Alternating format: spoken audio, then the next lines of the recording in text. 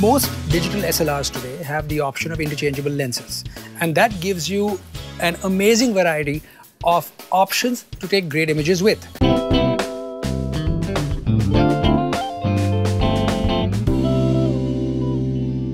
What lens should you buy is the inevitable question.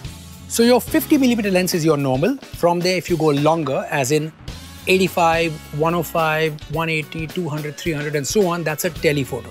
Usually used for sports photography or to shoot wildlife. I'm often asked, by the way, if I do wildlife photography, it's usually wildlife on two legs, just so you know.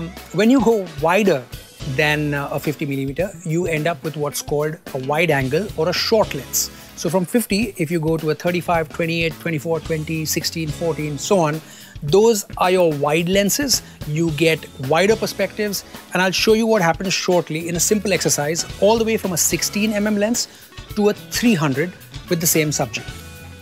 Once you figure this out, then you'll know what lenses you need.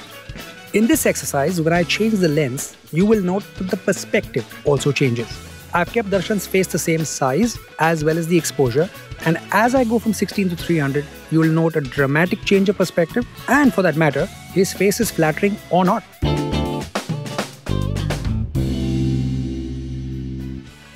So if you can afford it, the more lenses you have, the more options you have. The more options you have, chances are the better images you will take. If you're the kind who shoots a lot of interiors, a lot of wide shots and a lot of nature images, then I suggest you get a couple of wide lenses or a couple of wide zooms especially, and those will be especially useful.